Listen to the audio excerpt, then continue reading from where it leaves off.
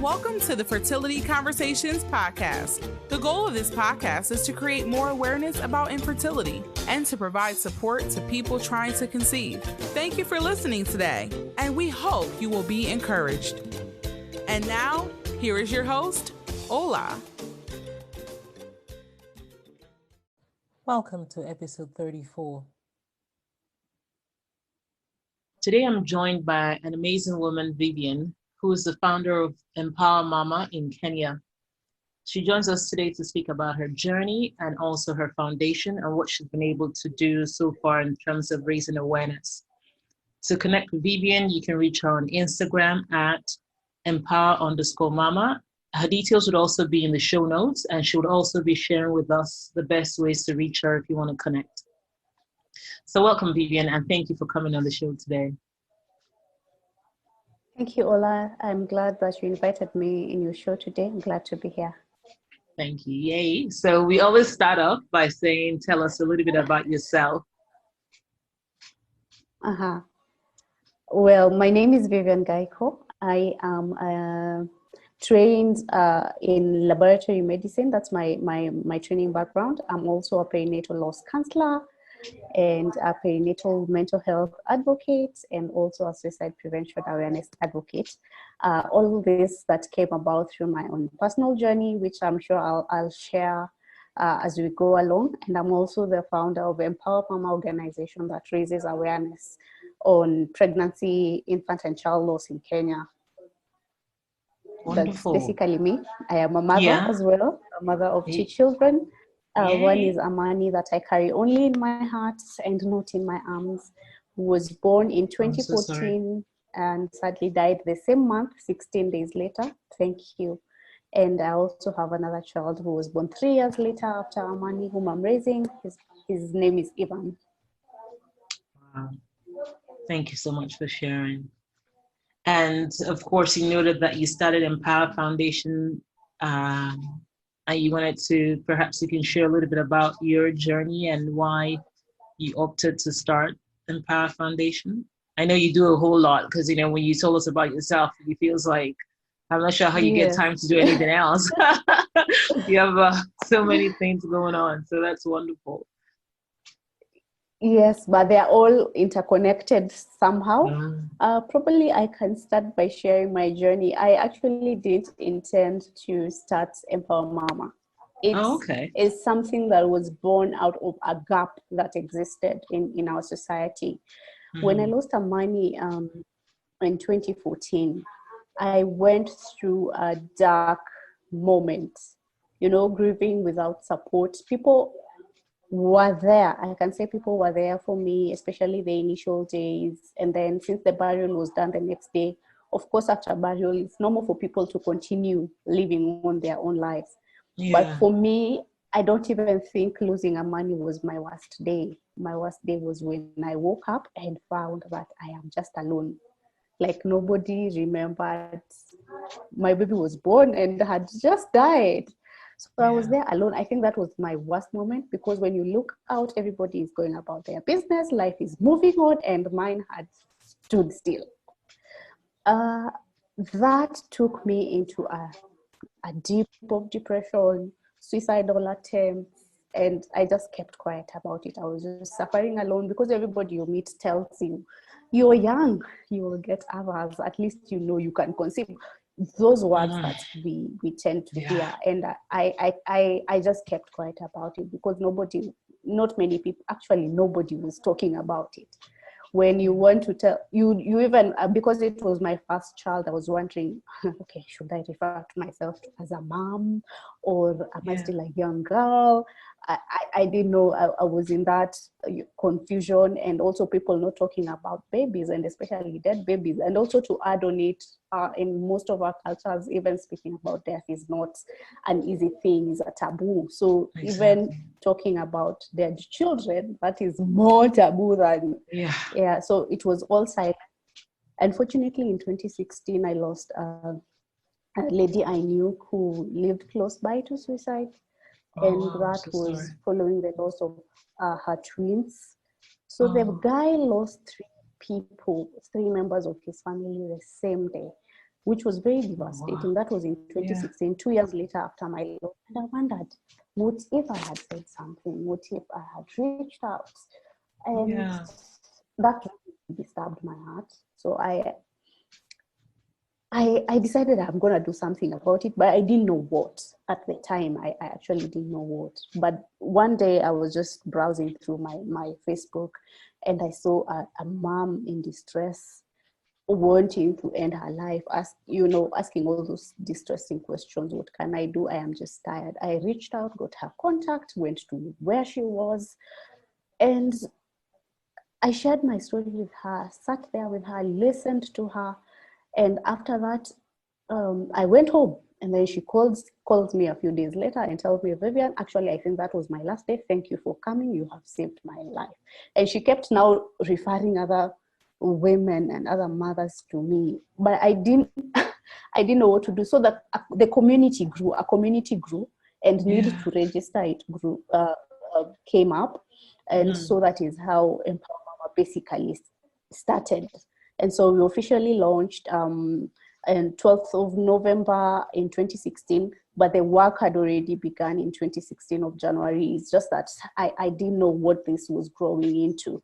And now it has come to just fill that gap where parents can find a community of support, of people who understand and get it, that get it in quotes, without, where they can share openly about their babies without feeling judged. And so that is how really basically Empower Mama started. Wow, that's amazing. It's just incredible how you were able to connect to that one person. And, like she said to you, you saved her life. Because just her having someone to talk to like yourself who understood, what she had gone through and how she was feeling, that really helped her. And that's so important, isn't it? It is. Yeah, which is why that's such a huge problem. The fact that we don't speak about it is such a taboo. So people are suffering in silence, and they can't speak to anyone. And the repercussions can be very costly. The repercussions can be very, very, very costly. Depression, suicide attempts, people getting out of their jobs because probably even the employers don't understand them because they don't understand what is going on. So the impact is huge. It scars relationships. But grief is really not even a problem to be solved. It's an experience to be supported. So when people are allowed to grieve, and when that baby is actually even acknowledged, it really helps. It really helps for the parents to just navigate the grief journey healthily. Yeah.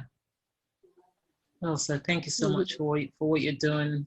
It's just amazing. I think we need more of your foundations like yours, just all around, just all around the world, all around Africa. It's just, people just need to be able to find support and talk about these things.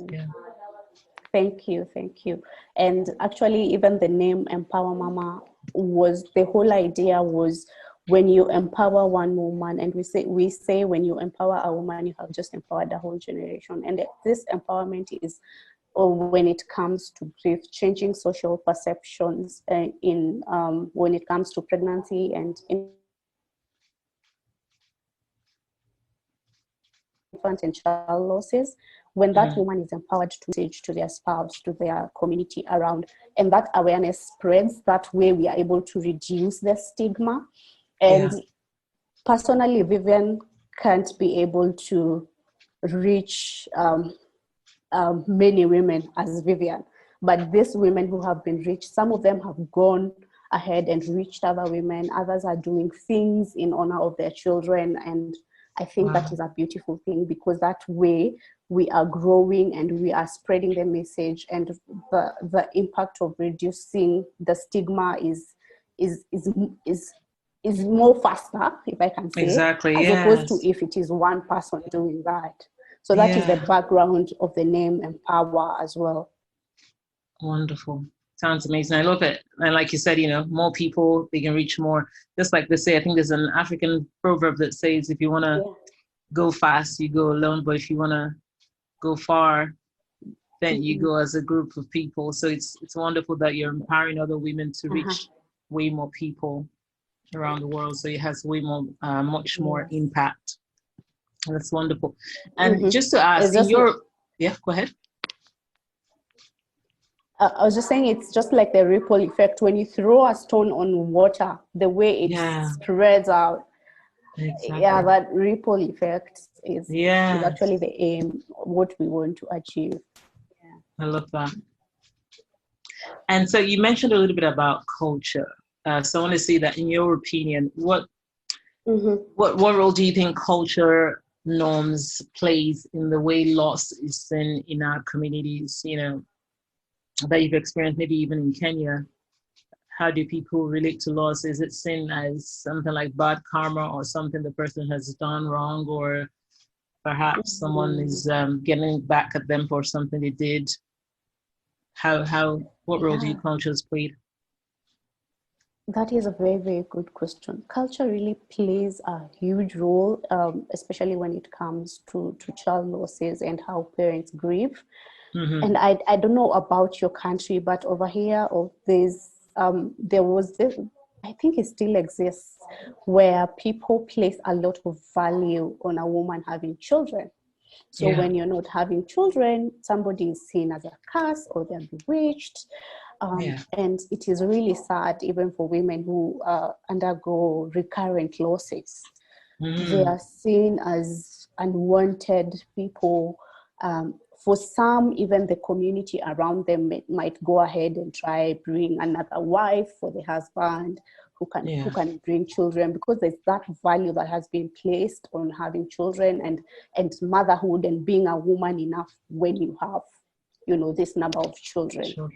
So I think culture really plays a huge, huge role. In Kenya, we have very, very many communities and tribes, and all of them have their own cultures.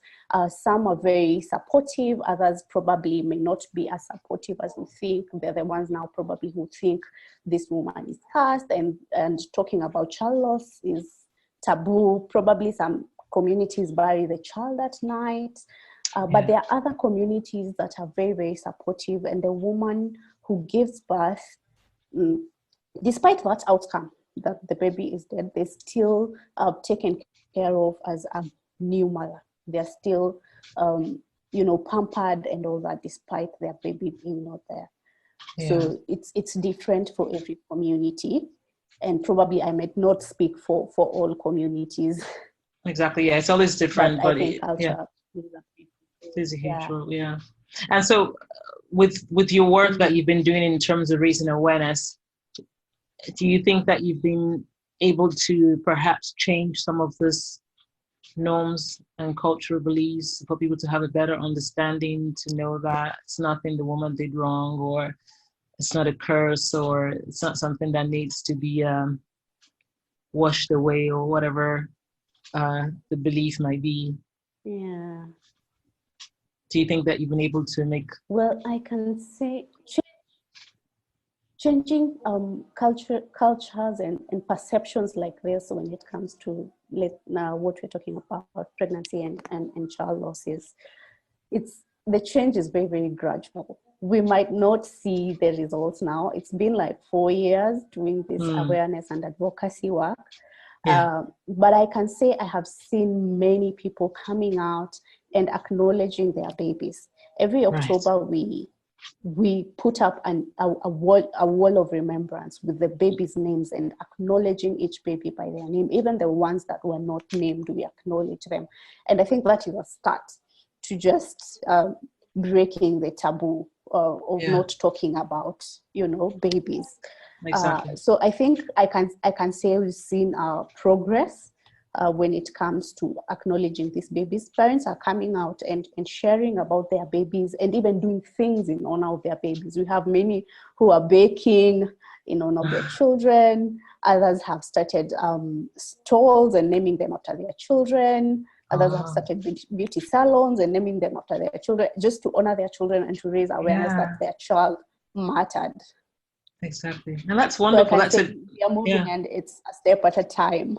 Yes, one step at a time. You rightfully said. You're right. My prayer one day is that the coming generation will find a community that is more supportive and that has normalized child loss and talks about it, and parents can find great support. Yes, that'd be wonderful. We look forward to that, to having that future generation.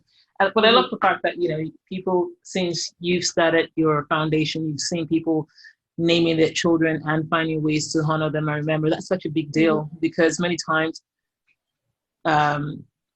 culture or society wants you to forget.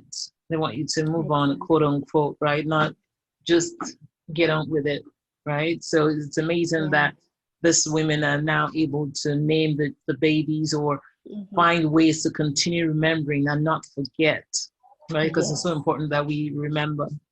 Yes, it's actually said that it is remembering that heals and not forgetting.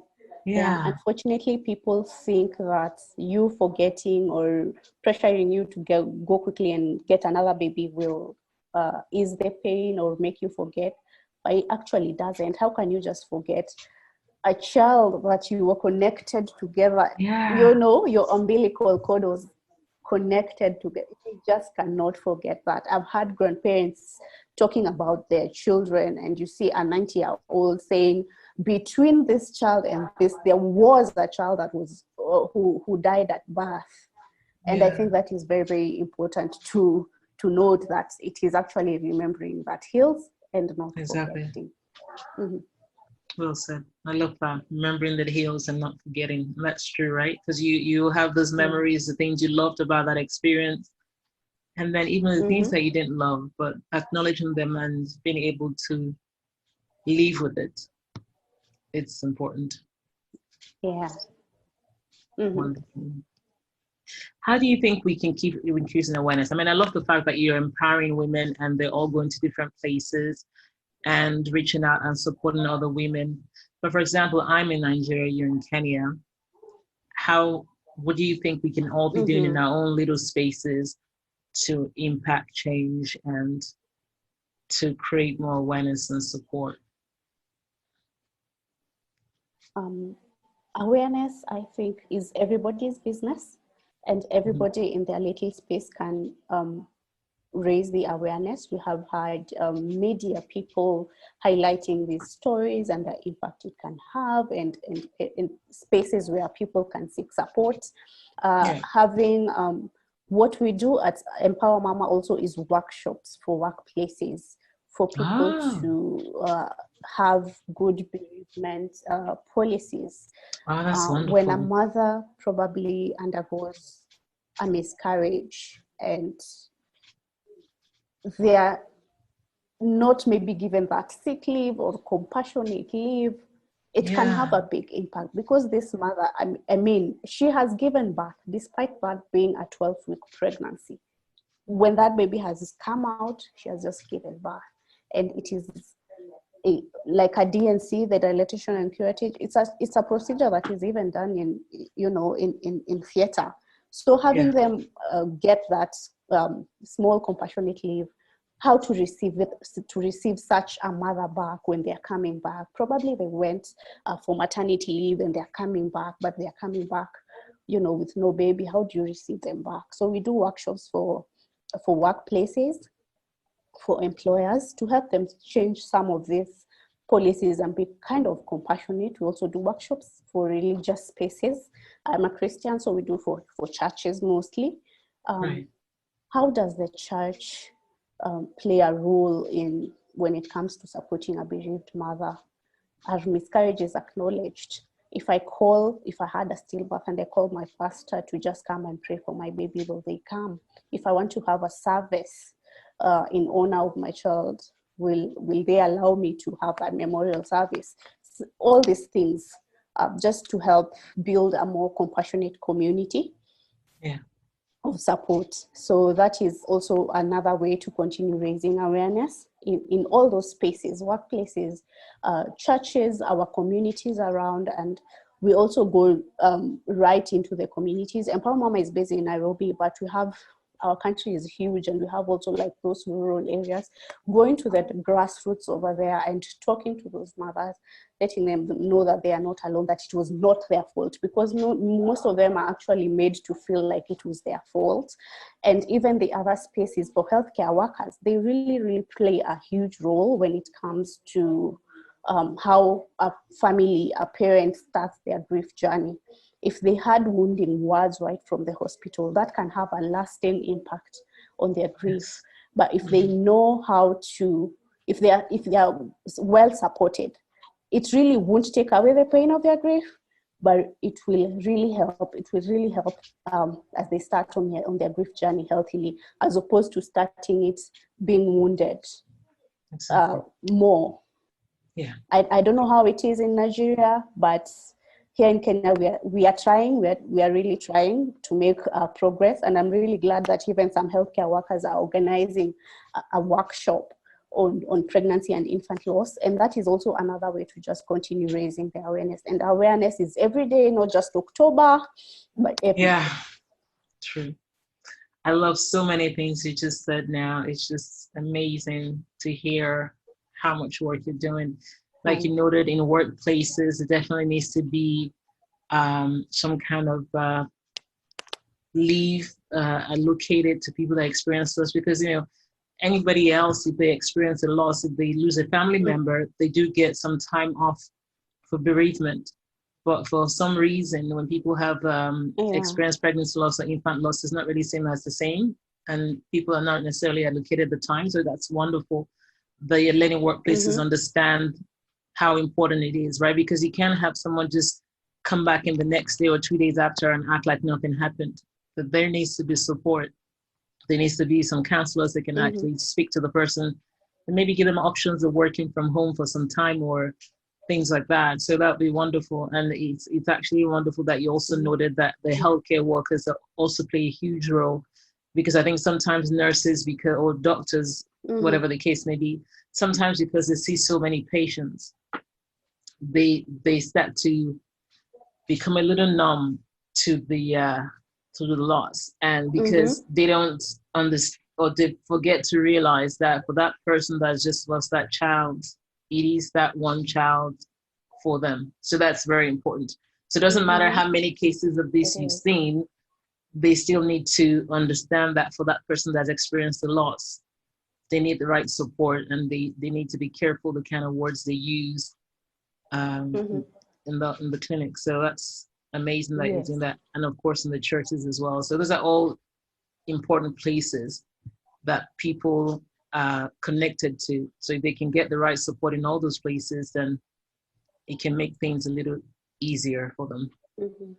So that's wonderful. I look forward to the fact to hopefully having such things as well here in Nigeria and all around the world, because it's very important that the couple, either the woman or if she's a couple, the couple is well supported during those, especially the initial times That's wonderful. And so you say you have workshops. Are those workshops? And this is something that really can. Yeah, I'm saying this is really something that can be duplicated everywhere to just suit cultures. And I'll really be glad to help where I can. I mean, I would love to see this in Tanzania, in Nigeria, in Benin, in other countries.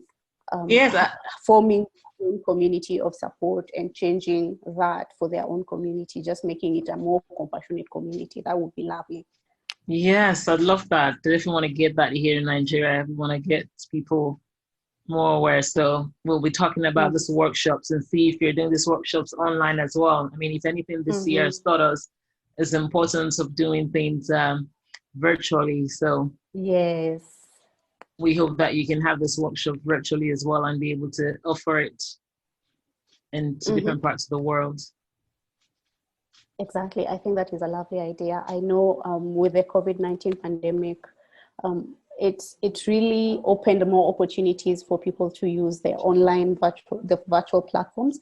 And actually for our support groups, we also offer support groups now for the bereaved parents.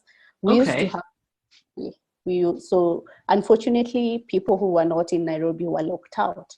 But during Right. this pandemic season, especially where there was less social interaction, physical distancing, and all that, and you can imagine, losing a baby at such a time, probably not even having that opportunity to bury them, or to bury them, or having that social support around you, we decided to have the online support group. So we are currently having online support groups.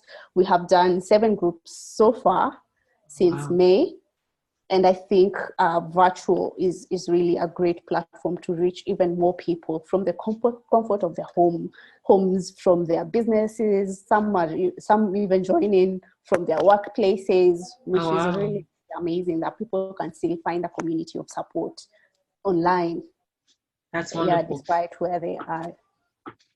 Yeah, and then so people want to find out more information about that. Where do they get that if they want to join in to those support groups? To join our support groups, we usually roll out a registration form. It's Okay. just a simple Google form that people fill, and you are able to join in the support group. The support group that we have is done weekly for a month, and it is a Okay. closed group. So we have already started the group for November until now. Next year, because also self-care is very, very critical. So our It is. facilitators will be taking a self-care break in December, and we'll do the support groups again next year. So Okay. the group for November started, but we roll out that online through our social media pages, and people can just find that everywhere on our pages: Facebook, Instagram, Twitter. Okay, and it's all Empower Mama All Foundation. Empower Mama. Yes. Perfect. We'll be joining you and getting the support we Thank you. need. Yes, you're welcome to join in. Yeah. And so you've noted to us, of course, so much information about raising awareness and creating support for people that have experienced loss, and also letting the society and the communities around us also be aware of the support that they can give to the people.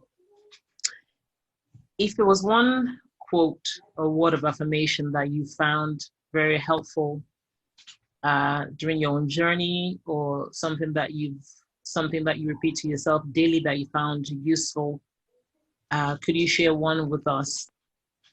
A quote or word of affirmation? I have many, but I'll share just one. share a few For then. me, I keep affirming myself that I keep affirming myself that I am enough. I am enough. Yes. For that woman out there who thinks probably their worth is pegged on motherhood, or probably what they achieve or what they do, or I want to assure you that you are enough. You are worthy. For me, that really kept me going. I am enough. I am worthy. I love it. I'm enough. And I love that your worth is not tied to motherhood. That's so important and such a powerful affirmation. Mm-hmm. Yes. Because especially in our societies, when people talk, like you said, place a lot of emphasis on having children, people might start to feel like if they don't have a child, Mm-hmm. that then they're not enough or they're not worthy. So I think that's a wonderful affirmation. Mm-hmm. Just to ask, actually, we might have spoken about it earlier, but if you were supposed to think about pregnancy loss and infant loss and why it's so stigmatized, in your opinion, why do you think this is the case? Well, I think the stigma largely comes from people not acknowledging that that was a baby yet. Right. When it's a pregnancy loss, or a loss maybe at 14 weeks, or a 1 month pregnancy, people assume that it was not a baby yet, or because they didn't meet that baby, that was not a baby. I think that has really, really contributed to the stigma. And you find mothers, especially the ones who go through miscarriages, they don't even talk about it because they never told anyone they were pregnant anyway. How can I tell people I was pregnant and I have just lost that pregnancy? But I think encouraging mothers to talk about their pregnancy and breaking that 12-week yeah, rule Mark. Mm-hmm. is okay, so that in case that miscarriage happens, you can find support, because already you had told people you were pregnant. And I think people also not acknowledging that little baby, that still born baby, as a baby. It's just that they were really small, but they are persons, really. I mean, Yeah. So I think also that has really contributed to how the stigma that comes with pregnancy and infant loss. But I think to change that, we need to just acknowledge that as a baby.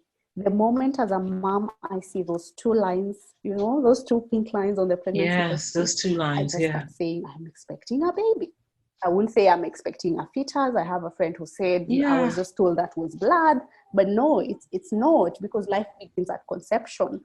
So it's a baby. When we acknowledge that, I think the stigma will slowly fade. We'll be more compassionate, because we'll be referring to this baby as a person. It's just that they were little. It's and people tend to almost like minimize and think that you will get others, but others really don't even replace, because this was an individual person with their own identity. It's just that they were a small baby.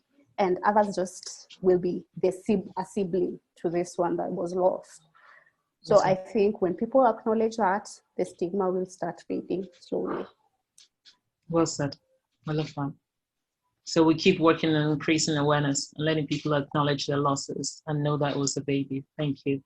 And as the wrap up, any final words of encouragement that you'd like to share with anyone listening?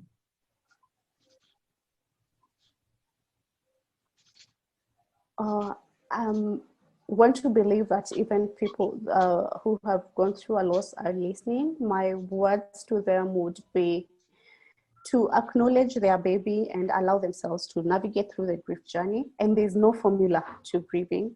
Their way is the right way. There's no style, there's no rules. Just your way is the right way. Allow yourself to express your grief. Don't put a timeline on your grief and start saying, oh, I need to be over this by 6 months or a year. But just go with your pace and just know that your way is the right way. And for other people who might be supporting grieving families, I'd like to let them know that it is okay to just be silent sometimes and just be there and listen and offer a listening ear. Showing up is more important than, not showing up or not saying anything at all. And sometimes don't try to find silver linings. Those words that we mentioned earlier, at least it was just a baby, at least you didn't get to have a huge hospital bill, at least they didn't start. Those words tend to wound. So if you find yourself starting with the word at least, just stop, because whatever comes after that tends to cause further wounding as opposed to helping. And just being silent. Sometimes I know as Africans we love talking and we start talking about the weather, but sometimes just sitting in silence with this grieving person and listening to what it is they're saying, as much as they will repeat their story again and again, it's just right to just listen to them.